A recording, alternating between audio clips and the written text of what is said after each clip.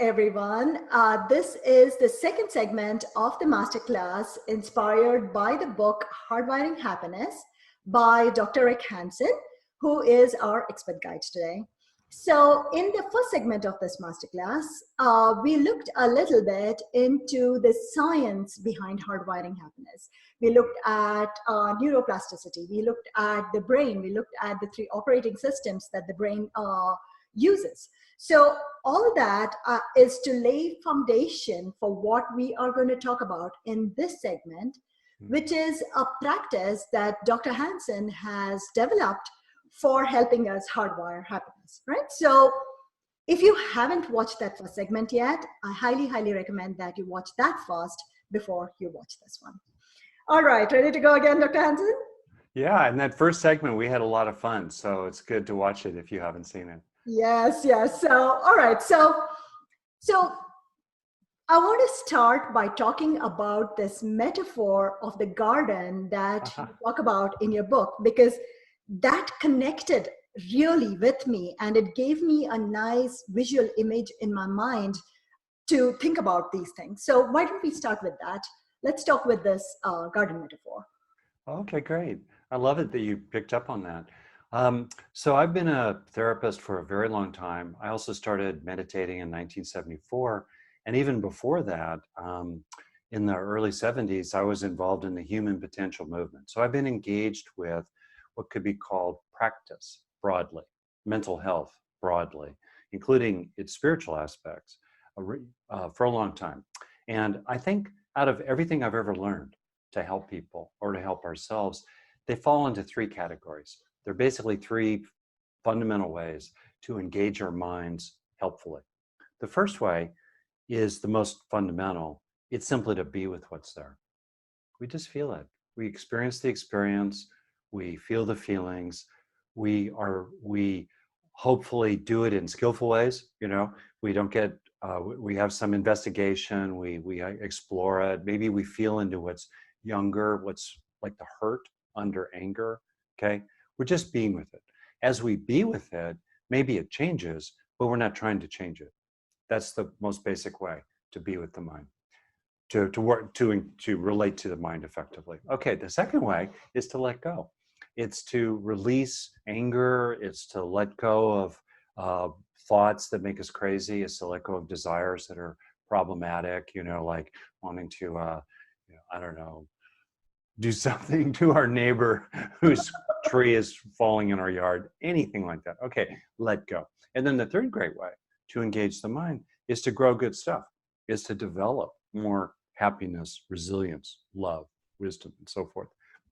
If the mind is like a garden, then we can witness it, pull weeds, and plant flowers. Let be, let go, let in. And those three ways to engage the mind also form a natural sequence.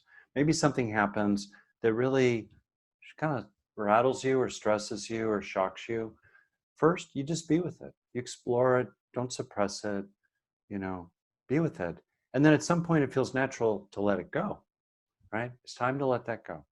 It's time to quit ruminating about it. Step out of that movie. And then after you've released, then it's very useful to ask yourself, okay, what do I want to learn from this? What do I want to grow inside me? So the next time that thing happens, I don't get so mad about it or hurt by it, or I don't keep worrying about it past the point that's useful. What do I want to develop inside me?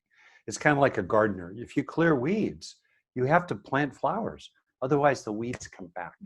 And often in psychology and personal issues, people will do the first two. They'll recognize that they're mad about things. They'll understand themselves. They'll realize why, their history with that person or their history with their family has shaped their reactions. They'll have insights into that and they'll let it go, but they won't let in something beneficial to replace it. They won't plant flowers to replace the weeds. And then the last thing I'll just say about this format is that sometimes what we have to do is grow flowers to be able to witness the garden at all. In other words, maybe what you're being with is very painful. Maybe it associates quickly to a loss. Maybe your partner suddenly died on you, or maybe when you were a kid, you grew up in environments that were very critical, or maybe there was bullying or shaming. So just getting in touch with your feelings is like opening a trap door to hell. You're not ready for it yet. So sometimes first we have to grow resources, grow flowers in the garden of the mind, like the ability to step back from what you're feeling and witness it and observe it, or the ability to calm your body so your body's not so agitated. That's a very important thing. Or another flower or resource that helps us be with our experience is the internalized feeling of others who care about you. We're very social. We're social primates, social mammals. So the feeling that others care about you and they are with you. They're like inner allies, with warm feelings of like compassion and concern. That then enables us to bear our pain and be with our experiences. And then last, it becomes kind of an upward spiral. As you be with your experiences and you let certain things that are negative go and you let in the positive, that helps you be with your material, your psychological material, even more deeply, to release it even more deeply, and then replace it even more fundamentally in a wonderful positive cycle. So that's that structure. Love that. Love that. Especially the part where you said that sometimes you may not even be able to look at the garden until you put in the flowers first, right? And you talked about the different ways. And that kind of links back to those core needs that we were talking about earlier, right? Because you need to feel safe, you need to feel satisfied, you need to feel connected, and only then you can, proceed with this. So you have a practice for letting in the good, for doing this, that you use the acronym HEAL, HEAL, to help us remember and do. So do you mind walking us through the 4 letters, and we can dive into it a little? Oh, that's great. Yeah, it's a very simple structure. It's easy to remember with the acronym HEAL. And I want to frame the importance of this by going back to that fundamental question. If you could teach people one thing, what would you teach them? And I would teach them how to learn, especially social emotional learning, the learning that really matters to us mainly over the course of our lives. And what's interesting is we rarely teach people how to learn. In a school, more and more these days, schools and good teachers are teaching children how to learn. They're not just throwing information at them. They're teaching kids things they can do inside their own minds to remember better or to understand things more quickly. They're teaching kids how to do that and how to also help themselves stay motivated so they want to do that, right? That's good. If you think of it, it's like the strength of strengths. Learning is the strength of strengths. It's the one we use to grow the rest of them. So if we teach people that strength, how to help themselves learn, then they can use it. All right, that happens in schools with academic material, but it rarely happens in life with the learning that we really care about, which is social emotional learning. We don't teach people how to learn. We don't teach them what they can do inside their own minds while they're having useful experiences to really develop those qualities as traits over time. We don't teach people that. And so for me, there was a big vacuum there that I've tried to fill. And I'm saying all this not to pat myself on the back. I'm saying this to highlight how important this is, that we learn how to learn and we help others learn how to learn as well. So the fundamental process of social emotional learning, especially self-directed social emotional learning, helping yourself grow and become happier and wiser, more loving, freer inside your own mind along the way. That process I summarize with this acronym HEAL: have, enrich, absorb, and link. So it's a 2-step process. First step is to have a beneficial experience. So for example, there you are talking with a friend and you were worried about something, but now you're less worried about it, say. You're experiencing naturally some relief, some reassurance, some calming. You're also experiencing that, oh, I should look at it this way in the future, not that way. That way makes me upset and upsets other people. This way is realistic and wise. Okay, I want to learn that perspective. I want to adopt that frame of reference or that viewpoint in the future. Whatever. You're experiencing it right there. What are you going to do? Are you going to let it wash through your brain like water through a sieve? Or are you going to try to turn on the inner recorder to help it land inside you? And so that's the question. And the other way to have a beneficial experience is to create one. Not just notice something that's already happening, but to deliberately call it up. Deliberately get a song playing in the inner iPod, like compassion for someone who's a little irritating, or compassion for yourself when you feel hurt by that person who's irritating, right? Deliberately creating an experience is perfectly okay. All right, now you're having the experience. How do you learn from it? This moves into the second major phase of learning, the installation phase, right? We start with experiences, but we must turn those experiences into a lasting change in the brain. Otherwise, no growth, no healing, no development, no lasting value. Nothing has stayed. It just washes through, right?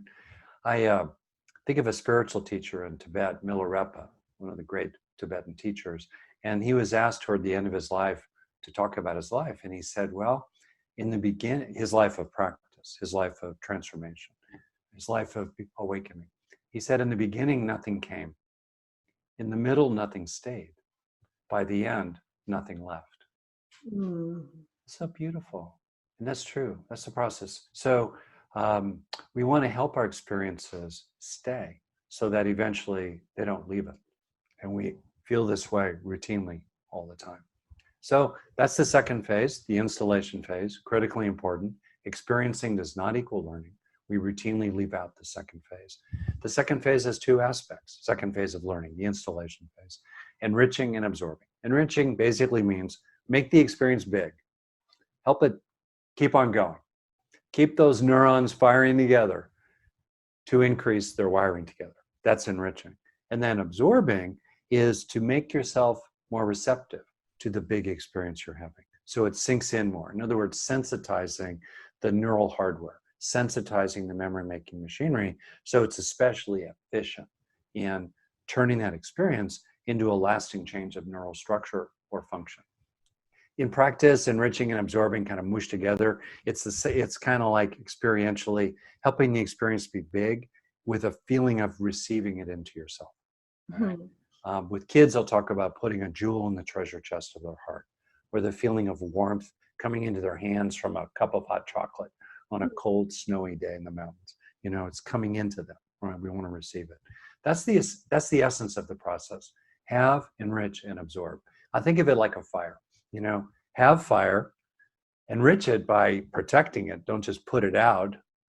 Put more logs on the fire, make it a big fire, and absorb it. Move close to the fire. Receive the warmth into yourself. That's the essence of the process.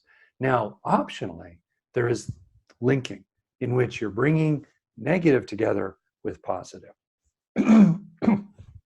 It's an optional step because, number one, it's not necessary to growing or cultivating psychological resources, inner strengths inside, like patience or happiness or love. And for many people, the negative material is risky. It's too intense. You get sucked into it. But if you can be aware, let's say, of feeling hurt by someone, while mainly feeling supported by other people or loved, or mainly in touch with an inherent natural goodness inside everyone, some positive material that's matched to the negative material. This now goes to the matching that we talked about. What's the issue? What's the resource that's matched to it? If you feel hurt by someone and mistreated and it's unfair, if you think of something you're grateful for, let's say, that's okay, but it's not well matched. If you're hurt and you're having feelings of mistreatment, maybe old feelings of inadequacy coming up, gratitude doesn't really address that. What would address it is feeling valued and included and cherished by other people, or feeling your own compassion and love yourself. That's matched feeling hurt, because feeling hurt challenges our need for connection. So we need resources that give us a feeling of connection to deal with that feeling of hurt. See? So if you could, as I have hundreds of times, probably thousands, tens of thousands maybe, take 5 or 10 or 20 seconds to feel mainly positive about something while also linking that to negative material off to the side. With repetition, the positive will gradually associate to and soothe and ease and replace the negative material and lead to lasting change inside. So you really can heal. You really can clear out. In effect, you're using flowers to replace weeds, right on the spot. So anyway, that's it. There's a natural rhythm sometimes where you start with something negative, you're upset, you be with it, then you let it go. And then you think, okay, what do I want to bring in? What do I want to replace it with? Then you move through the heal practice. And then if you want, at the end, you bring the positive in to touch that negative that started everything. Or more generally, what I do a lot, you're going to want me to give people a challenge. And I got a good one. I got a 5-minute challenge coming here, but I'll say more about this a little bit later. But if you know what your negative material is, like when I was a kid growing up, I was not abused, I was not traumatized, but I was unhappy a lot. And partly I felt lonely and miserable and bad about who I was. I felt inadequate. My parents were not very empathic. I was young in school. The kids were not very friendly. I was awkward. I didn't know what to do. It created vicious cycles. Bottom line, it was when I came to college, it was like I had a huge hole in my heart, right? Of feelings of inadequacy and loneliness and being unwanted and left out. In other words, my needs for connection had been really challenged in my childhood. So then in college, I started discovering something almost magical, that when I was having small little experiences that were real of kids including me or valuing me, or a girl would like smile at me, wow. That was a lot when I was a freshman at UCLA. Wow. When that would happen, I would deliberately slow down to take it in because I knew it was my special vitamin. It was the nutrient, the psychological nutrient, like a vitamin C that I had a deficit of. I didn't have enough of that. I had to take it in. So I would look for it, first point. And then second point, often I would almost feel like this current good experience of a couple students joking with me in the elevator in my dormitory, that good experience was going in and touching these old hurt places inside and was contacting younger layers of me and giving me what I had always needed, but had been missing, right? Mm-hmm. So sometimes if you know what the hole in your heart is, or you know what your wound is, then in the flow of life, if you're having a positive experience that's like the particular medicine for that wound or that lack, right? We can be affected by the presence of the bad, that's a wound.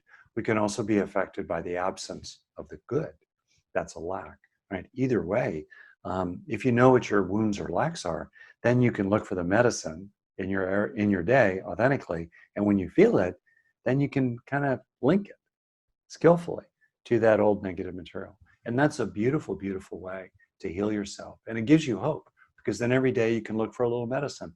And it may not be super medicine, it's just a little bit, but bit by bit, you can heal that old pain. So much to unpack. So I want to go back to this. Well, you were talking about your college and how you use those small experiences. So I want to highlight that it's not about having huge, massive, on a scale of 1 to 10 level experiences, right? It's taking those 1 and 2 level experiences and then enriching them and then implanting them. So H is to have those small experiences, and EA, the enrich and absorb, is to instill them, right? Yep.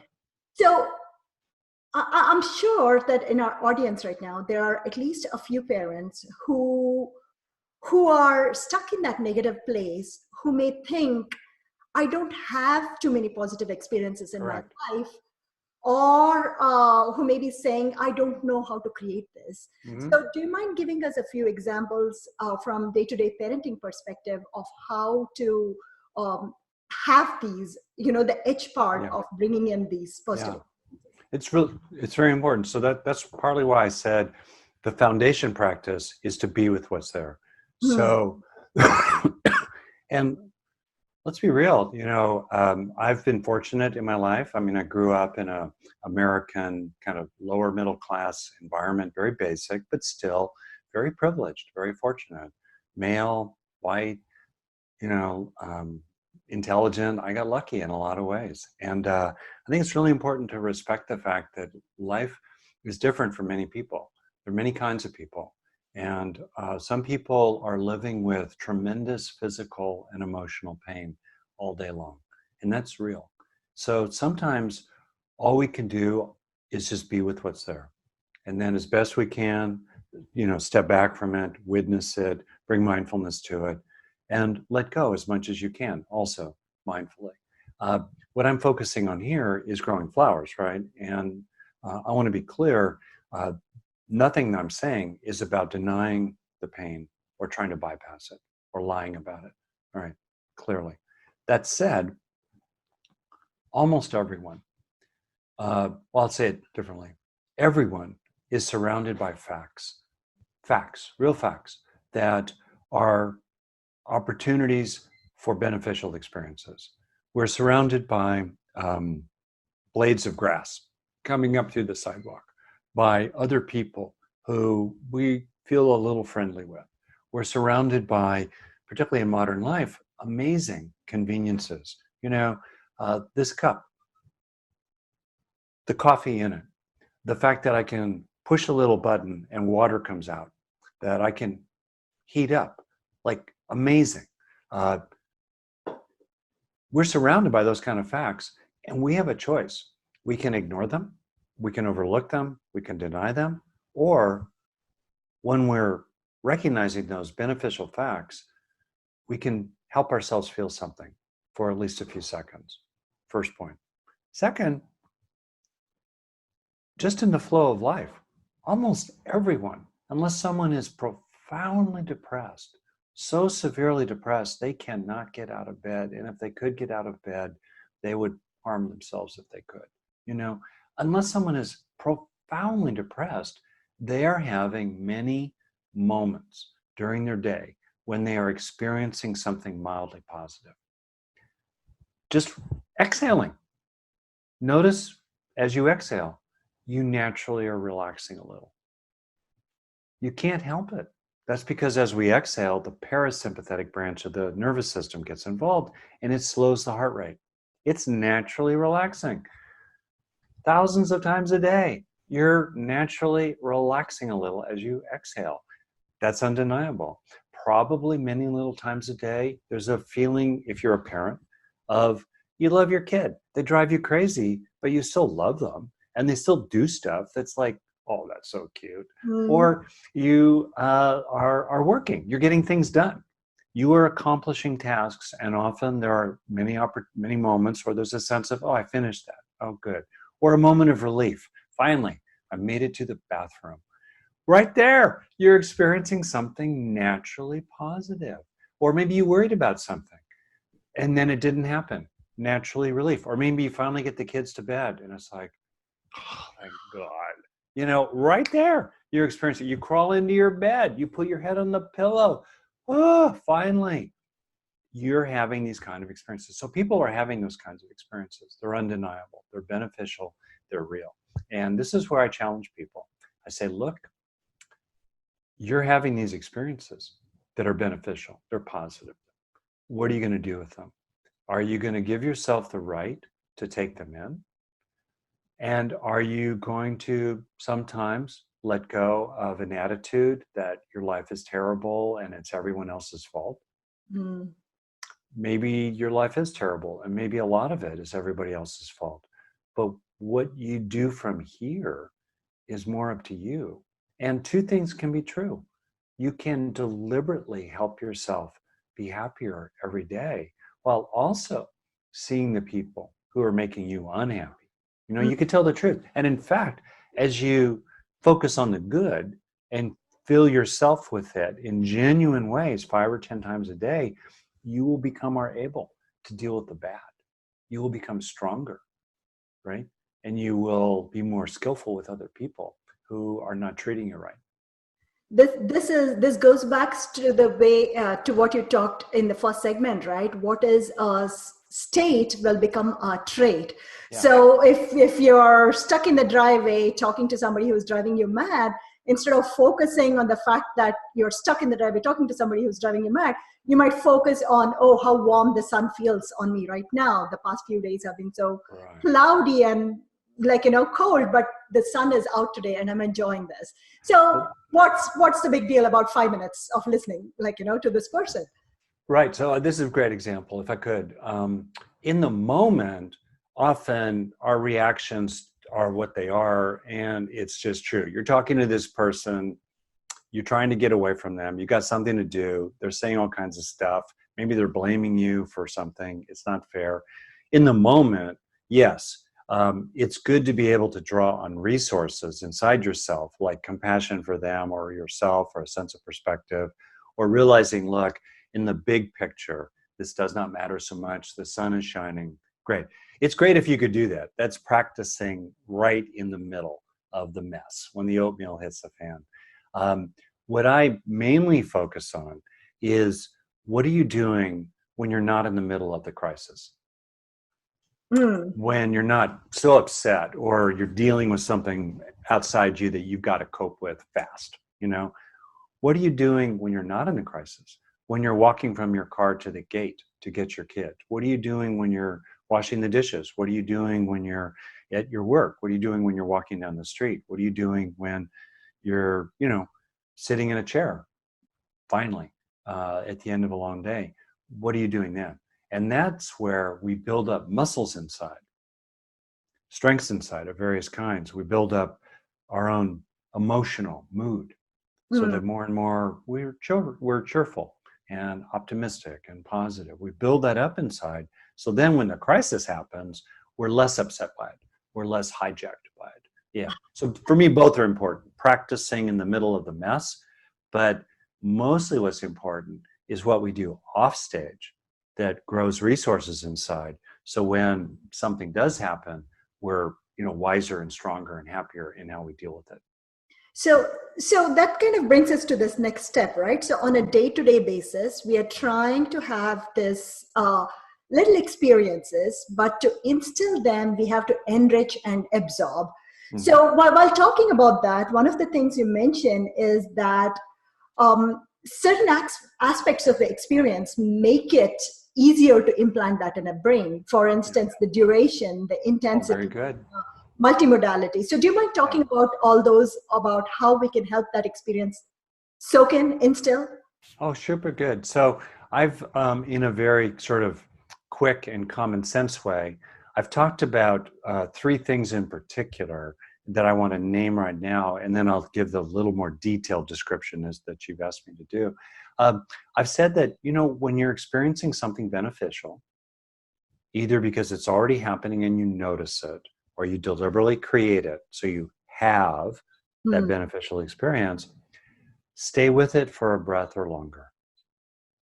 Feel it in your body, focusing on what's rewarding about it, what feels enjoyable or meaningful about it.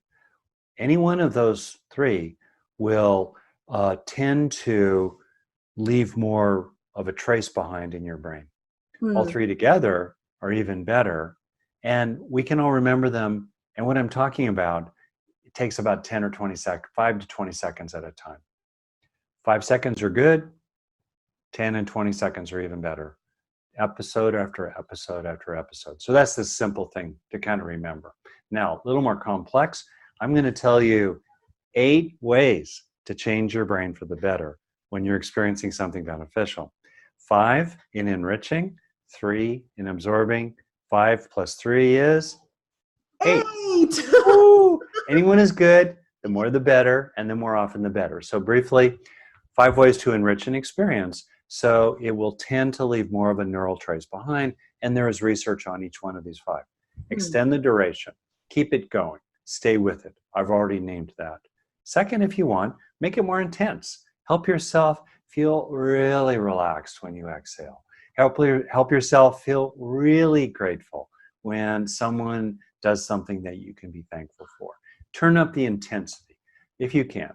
Third factor, multimodality, which is my funny word for bringing more aspects of experience into the experience to enrich it. Like feel it in your body, right? I've already talked about that. Or bring action to it. Move your body in a way that's more consistent. Like if you want to help yourself feel more entitled in a appropriate way to good treatment in your family, how do you sit up when you feel more entitled in a healthy way? When you feel dignified and serious and self-respecting, how do you sit in your body? How do you move your body? So you can move your body to inhabit that way of being, which will help to hardwire it into yourself. That's an aspect of multimodality. Okay, fourth, novelty. What is new or fresh or interesting or even delightful about the experience? Because we're more likely to learn from what is new or surprising, right? So this is where we bring the eyes of a child to our experiences. You know, it's not, we don't want to just sort of be, oh, yeah, I feel loved, whatever.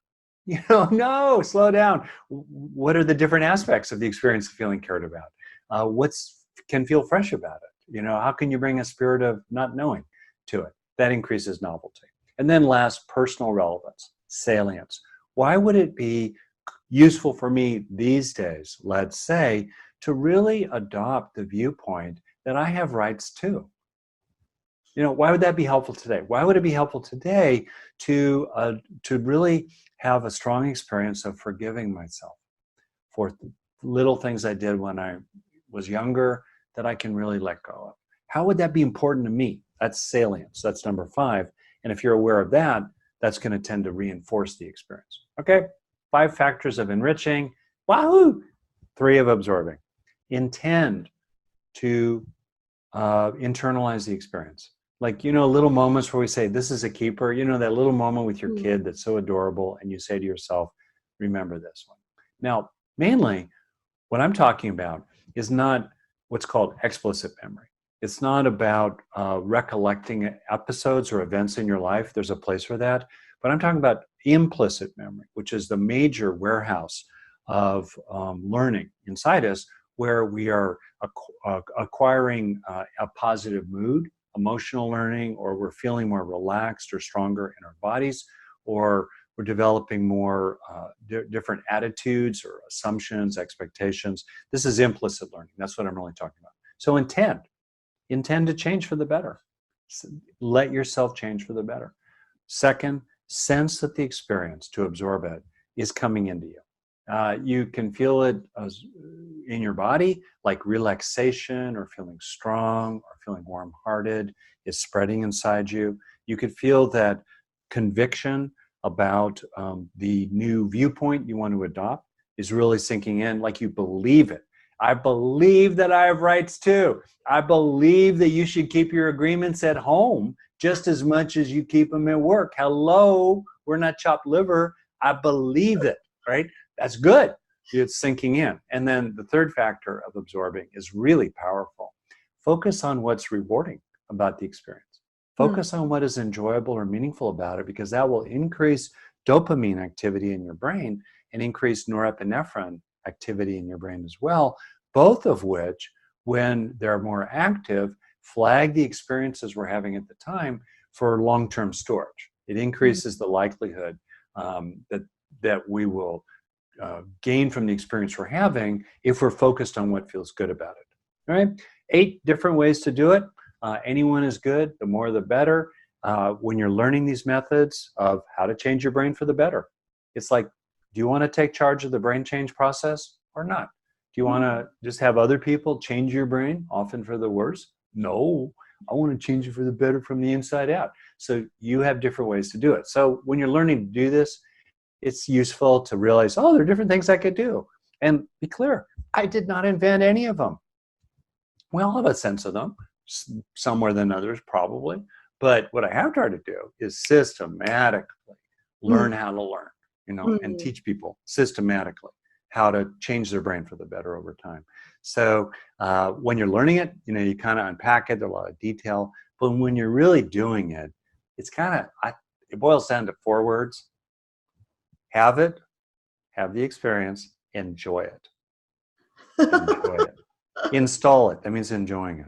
Or To really boil it down in California slang, as it were, 2 words: mo better, mo better. In other words, more, mo, episodes of learning, and better, mo better, better being like deeper engagement in these episodes. Episode is a fancy word for, a little experience for 5 or 10 or 20 seconds that you're receiving into yourself. Mo better. Okay, you got my whole teaching in 2 words. Mo better. Mo better. All right. So on that lovely note, we are going to end this segment of this masterclass. Remember, more better. That's my Indian Texan way of saying it. All right. So as a reminder, everyone, this is the masterclass inspired by the book Hardwiring Happiness. And our expert guide today is Dr. Rick Hanson, who is the author of the book. So it's very hard to pack so much wisdom in 1 hour of masterclass, but we've done our best, and I hope we've given you a taste for what is possible. And if you want to explore this further, I highly, highly recommend that you grab a copy of the book, Hardwiring Happiness. It's a bestseller, so it's available in pretty much all bookstores and libraries at this point. And if it's not there in your library, ask your librarian to get it. Right? And in many languages. I think at least 12 other languages besides English. Wow, that's great, because we have viewers from all over the world. So you might be able to get it in your native language too. So be sure to look for that. And for those of you who want to deepen this practice further, Dr. Hanson has a new book called Neurodharma, which comes out just in time for this conference. So, Dr. Hanson, do you want to kind of quickly talk to us a little about Neurodharma and the new book? Yeah, I would love to. So briefly, I would say first that I really encourage people to go to my website, rickhanson.net. I know you'll tell people about it. And the reason I say that is that at that website, I have many talks, guided meditations, short videos, little practices, handouts, all kinds of freely offered things that will help people learn these approaches better. And I have a wonderful online program called the Foundations of Wellbeing. It's very fundamental. It follows the structure of the HEAL process. It applies it to our 3 major needs to grow 12 strengths, 12 fundamental strengths. Over the course of a year, if people want to do it that way, about an hour a week, it doesn't take a lot of time. And it's very, very powerful. So I really encourage people, if they want to really do this and give themselves a genuine transformational process. At your own pace, you can do it fast, you can jump around. The Foundations of Wellbeing, it's called. It's very well organized. I would really encourage people to go further with this if they want to. And it's a good way for, frankly, busy parents, because it's very bite-sized. You can do a little bit here, a little bit there, and then you feel like you're making progress. We have a path. People can see where they are on the path. It's a really, really, really rich, good program. So I want to say that. Now, my next book, I'll keep it really short. I really appreciate your invitation here.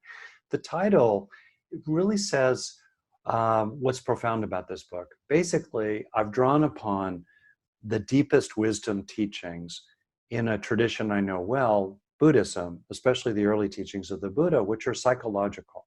And in many ways, they're not religious. They're just very practical and insightful. That's the Dharma part of it. I know the word Dharma has many meanings.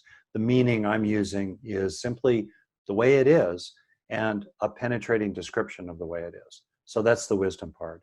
Also, I brought in the coolest, most recent, most useful neuroscience, the latest brain science. So we have this great, deep wisdom that's universal. Anyone can access it. It's very plain and direct about how to be with your mind effectively.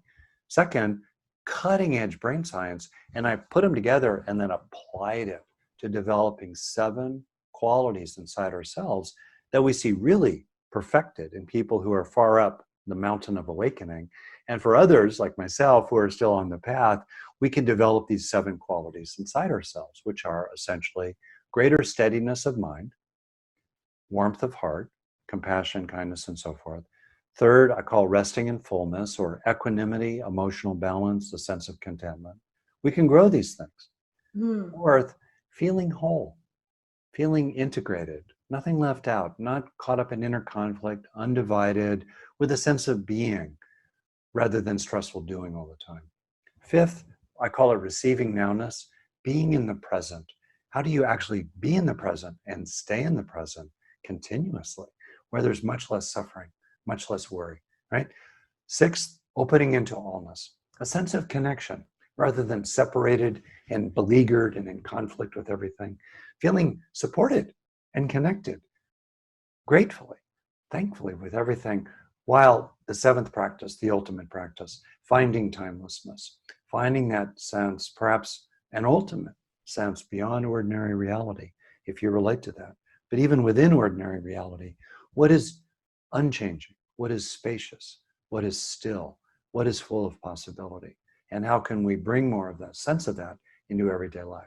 So those are the seven. You can see that each one of them can be developed. The later ones get a little more profound, but that's okay. We can all relate to that. And what the book is very warm. It's very practical. It's full of lots and lots of little experiences that apply this incredibly cool stuff, profound wisdom, amazing brain science applied in everyday life. So that's what the book Neurodharma is about. And I just think it's wonderful material. I felt so humbled and honored to be able to pull the material in that book together and then apply it and communicate it. So I hope people will check it out, Neurodharma. I'm looking forward to it. I mean, as we are recording this interview, it's not out yet, but by the time this interview is published, it should be out. So for me, I was born and raised in India, and then I've been in US for the past 20 years. But because of the way I was born and raised in India, I was surrounded by this, and it's become a little blasé for me. And I guess as I was growing up, it was cool to say, I don't care about those things. Those are old fashioned or whatever. Yeah. And what I like about your books is the way they marry it with the latest in neuroscience studies.